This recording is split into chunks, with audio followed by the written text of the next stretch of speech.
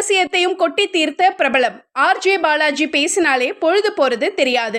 வறுமையோட பிடியில இருந்து அவருடைய மொத்த வாழ்க்கையையும் மாத்தினதே அவருடைய பேச்சு திறமைதான். ஜூனியர் ஆர்டிஸ்ட், காமெடியன், ஹீரோ, இப்ப ஆக்டர்னு தன்னை தானே செதுக்கின இவருடைய எல்கேஜி, மூக்குத்தி அம்மன் படங்கள் வெரி யூனிக்.